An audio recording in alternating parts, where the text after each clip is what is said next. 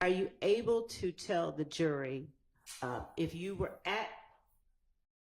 Mr. Sledge's attorney even before this case was indicted? Mm-hmm. Did you appear with Mr. Sledge at a plea and arraignment? Was there a plea and arraignment for him that you were a part of or someone on your behalf? I'm not sure. Okay. And to explain that, this case occurs. I have a heart attack in March of, 22. So from that March 22 and then heart surgery, I'm off the grid, out of practice essentially until December. So of 22. Okay. So I'm out of pocket for about 9 months. So there are things which may have occurred before that, like, and I just don't remember if the arraignment had already occurred or not. I'm not sure, but I may have missed some things in that 9-month period when I'm on leave of absence. Okay. When I came back, I think arraignment, everything had already occurred because I think we were already quickly moving towards trial calendar. And were you already in conversation with the state during the time, even before you appeared back in court regarding this case and your client? Before December 28, 2022. I believe the sequence was in November. The state sent sort of a inquiry email, and I then contacted my client to firm up, hey, am I still your guy? Am I still your attorney? And are we going to be moving forward? And I think they also had to know, are you ready to come back? Hey, who do you mean? Well, my client. And I also had to make sure that, hey, I've passed all the tests. I've done everything necessary to be able to resume my practice. Everything fell into place. I did come back. And by December, I think, was when I started to communicate that, yes, I'm still his attorney. And we started to move forward with different things. I'm showing you what has been marked as State's Exhibit 450 Yankee. Would you take a look at that? And Your Honor, it's the 450 Yankee you've identified previously. Thank you. Without reading it out loud, rather, would you please look at it and tell me if you recognize the document that I have placed before you that is labeled 450 Yankee? I do. All right. How do you recognize it? This was an email that was sent to me, like I said, in November. And it was, when we receive a letter of this nature, it's sort of an inquiry. Without getting into all of the details, is that an email that I sent to you on November 30th? Yes. All right. Is there an attachment to the email that is also a part of State's Exhibit 450 Yankee? Yes. All right. And did that attachment also make its way to you in that email on November 30th? Yes. Is that a fair and accurate copy of both the email and the attachment that you received from the state on November 30th, 2022? Yes. Your Honor, the state tender states 450 Yankee is evidence. It's admitted. Mr. Wright, would you please read the body of the email itself? And by the body, I'm talking about, yes. Okay. Good afternoon, Attorney Wright. It's always good speaking with you. In the event that your client wishes to speak with the state, in this case, I've attached a standard proffer letter for your consideration. Please let me know if you can provide any further assistance. Adriane. Now, looking at the proffer letter that is attached, with a simple yes or no, is a proffer letter the same thing as a plea agreement? No. All right. And is that distinction made within the proffer letter that you received? The general language distinguishes between, scroll up to the first, or at least makes it clear that this is not in itself a plea agreement. This is really just an agreement to start having conversation between the state and the client.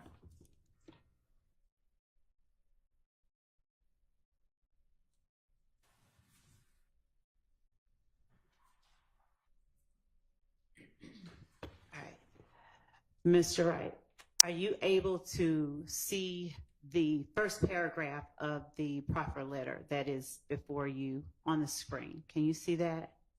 I have some readers if you don't. No, I'm just trying to clear this audio box. May I approach? Yeah. And I don't want you to read the entire document that's in evidence, but would you please read into the record just that first paragraph, starting with Dear Mr. Sledge? Okay. If I just read off the letter itself. That is fine. Okay. Dear Mr. Sledge, the Office of the Fulton County District Attorney, Atlanta Judicial Circuit, has been informed that you may wish to make a proffer for the purpose of providing information that you may have regarding the individual or individuals involved in the enterprise Young Slime Life hereinafter YSL, or otherwise have information regarding your own involvement. This is not a cooperation agreement or a plea agreement. The following terms will govern any proffer session with you. Okay. Now, without going into each of the terms, was a requirement of the proffer agreement, and starting with this particular one, that Mr. Sledge actually sit down and have a conversation with you present, along with an investigator with the district attorney's office and a prosecutor from the district attorney's office. Yes. All right. And based on the request made on November 30th, 2022 to you, was Mr. Sledge's complete truthfulness and candor material conditions required in this proffer? Yes. All right. Did the proffer letter inform Mr. Sledge that if he knowingly withheld material information or willfully made false or misleading statements during the proffer, any statement made or other information provided during the proffer could be used against him in a subsequent proceeding against him for perjury, obstruction of justice, or making false statements to law enforcement? The letter does give that notice. Okay.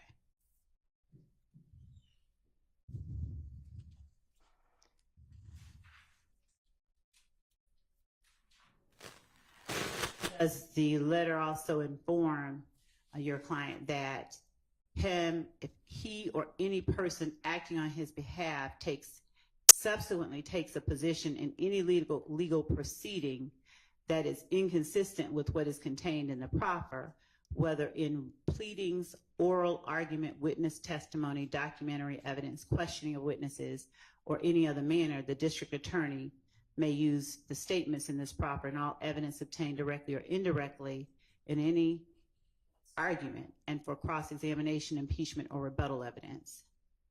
It does say that. All right.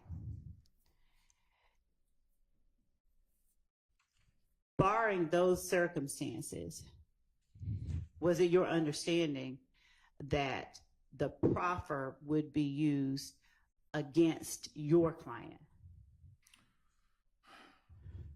Generally, when we do a proffer, it's sort of a, whatever you say, it's sort of a, what a queen for a day. You get to say it. Explain queen for a day to the jury. You get to basically say whatever you're going to say and it not come smack you in the face, meaning it's not going to be used against you and hit you over the head with whatever you tell them. It's a way that the state evaluates the information that you have without you being in a position where, well, now that we've had this conversation, you're using it against me. Well, I never should have said anything to you. So that is, the proffer is designed to sort of both sides be able to feel where the other side's coming from without anyone lessening their legal position. And have you just described what your understanding of this proffer agreement or proffer request was? Correct. Any proffer on state, federal, I sort of hold that general opinion. Okay. It's a case-by-case basis, whether it's good or bad. So let's talk specifically about the language in this proffer. Does paragraph 2 of this proffer read, the office of the Fulton County District Attorney herein after referred to the district attorney requires complete truthful statements from you. Any statements made by you at this proffer cannot and will not be used against you in any grand jury proceedings or at trial against you in the district attorney's case in chief. No statement made by you during this proffer will be used against you to increase any future recommendation by the district attorney as to an appropriate sentence for you should you be charged in this matter. However, this agreement does not apply to any previous statements you made to law enforcement officers. Your Honor, I'm going to object under relevance and also 403 waste of time. Your Honor, Yes. as it relates to questions on cross-examination about whether or not a request was made to sit down and speak with Mr. Sledge and Mr. Sledge's answer, the contents of a request to sit down and speak with Mr. Sledge and the circumstances or the requirements are relevant for the jury to assess any information they hear from witnesses on the stand. Okay, well, they've heard that occurred, so move on. Thank you. Sustained. Thank you. Did your client agree to sit down with the state before entering into plea agreements with the state? You know, I don't have any memory of us actually doing the proffer. I was going to ask you if you have a signed proffer agreement. That might help refresh my recollection. I remember receiving the proffer, at least the proffer letter. And then later on, we ended up in a plea negotiation, but I don't recall us actually executing the proffer process before that. Do you recall any verbal communications with the state conveying that your client did not wish to give a proffer? Yeah. Do you recall any? Hang on. Objection, Your Honor, leading, it's suggesting an answer. I'm not suggesting an answer. It requires a yes or no answer, but it does not suggest one or the other. Overruled. Do you recall any verbal communications with the state? Again, because I don't have any recollection of actually doing the proffer, I do not think that we were in a position that we accepted the invitation for a proffer. I also have a specific recollection that a few weeks later, I then, based on some things which were sort of happening with the case, reached out to you, knowing the proffer had been extended and knowing, okay, I'd like to have some more discussion about maybe resolving this case. Okay. Did any part of that involve your lying or your client agreeing to sit down with me to have discussion before he entered into a plea agreement?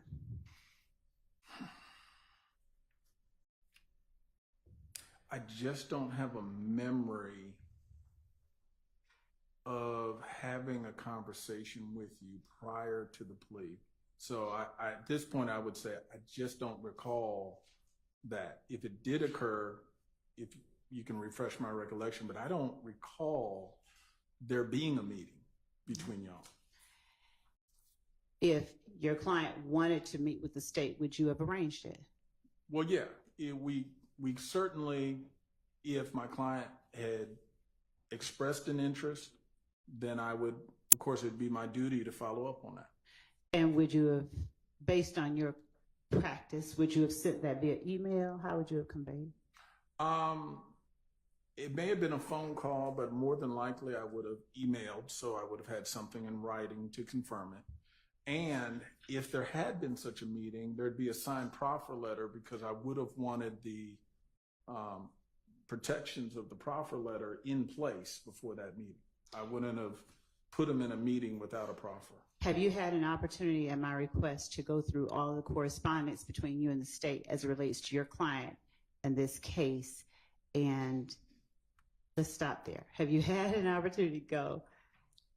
through your correspondence? I have. Is there any email, note, letter, designation from you that you were able to find that gives you any belief that your client at any point wanted to sit down and talk with the state? No. All right.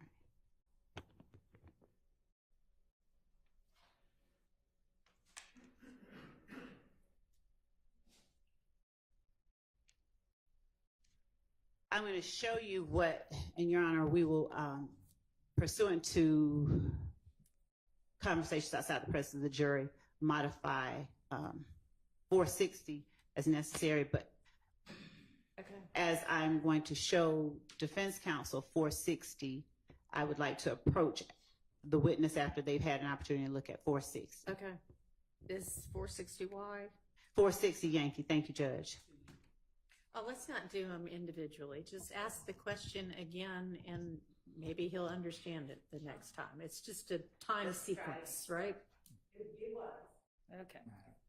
So, my question to you is, the document that is labeled 1AS, was that signed and agreed to before or before any of these documents that you just reviewed were transmitted? That's my question. Okay. Let me answer it this way, because I want to make sure I'm on the same page. How about asking for the clarification you need? How about let him answer, and maybe he'll be able to answer what it is that you're trying to get at anyway. The documents you've been showing me were all drafts of the plea agreement that were works in progress as we were proceeding. The first couple were the day before the plea. That's why they're in the evening. Then when we showed up to court that next day, while I think the format was y'all were in a conference room, I was in the back and shuffling back and forth, but you would email me and that way I would go over the different versions with my client. But what you just showed me were different versions which were evolving as we were getting closer to a plea agreement that we would execute and sign. The signed one, which is this 1AS, was the final version that ultimately got executed, that he signed, and you could see, I guess, with Judge Glanville when we did the plea, that was the one executed.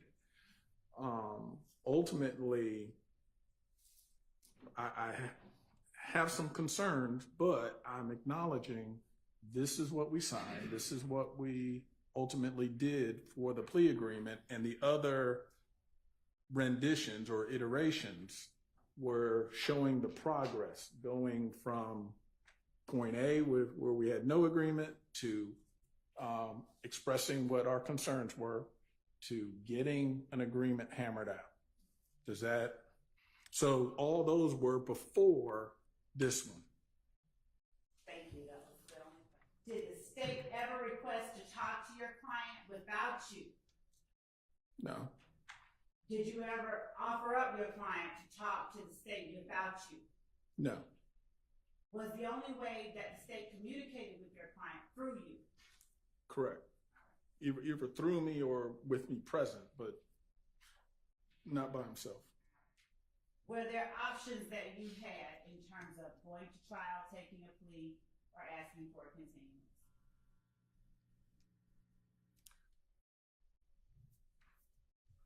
Again, let me answer it this way. I'm not trying to be difficult, but an explanation. Legally, yes, we had options. We could go to trial or we could take a plea. Those things all in the very mundane, simplistic way, yes. But then as a practical way, my client didn't have the resources where he could hire me to conduct a year-plus trial. So those resources weren't there. So he also expressed other concerns he had unrelated to the trial. So you'd have to ask him as to what was going through his mind. but there are a lot of different factors that go into that. It's just not a simple yes, no. But yes, did we have different legal options he could choose? Yes. But why he made the choices he made, that's something you'd have to ask Mr. Sledge. All right. And is it safe to say in here during the time that questions of those sorts were put upon Mr. Sledge? Yes. All right. And when you spoke about your client not having the resources to conduct a year-plus trial, did you ask to withdraw from the case at that point? I did not. Ultimately, whether or not I would ask to withdraw and remove myself so he could either try to get appointed counsel or get new counsel, that would come after he makes a decision of what choice does he make among his different choices. Because he chose to go forward with the plea, then we never reach the issue of that. And did you ask for a continuance at that point? We did not.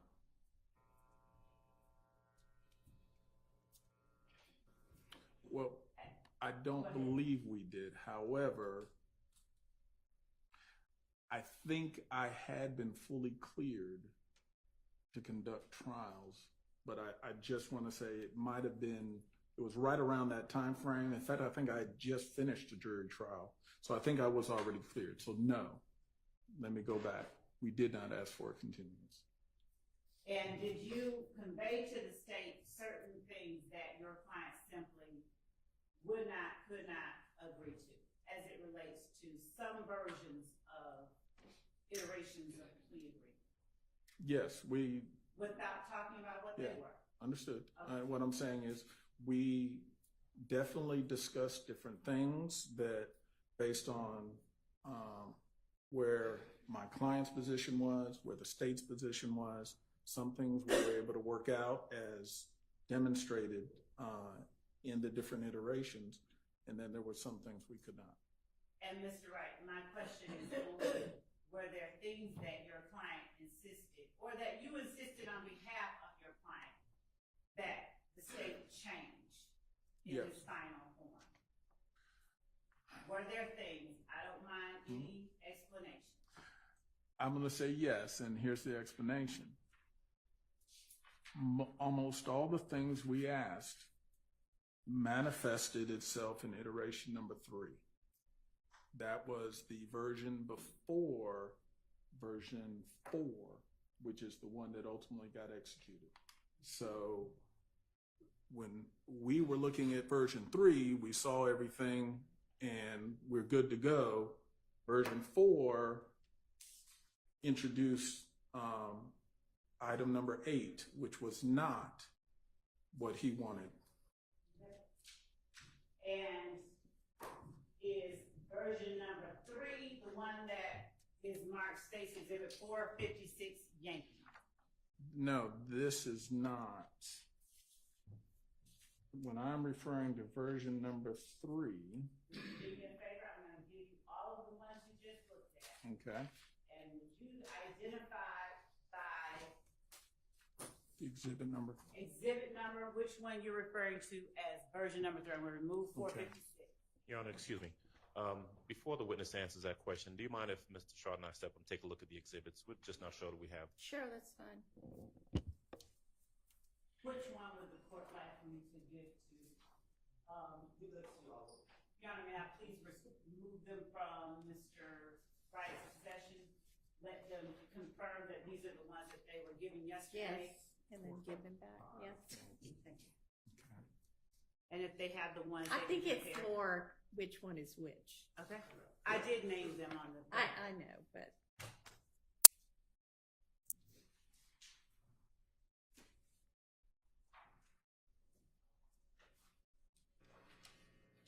Your Honor, yes. excuse me, I appreciate that it's early in the day, but could we just have 5 minutes? Yes, let's take our morning recess while we do this. Thank you. Good idea.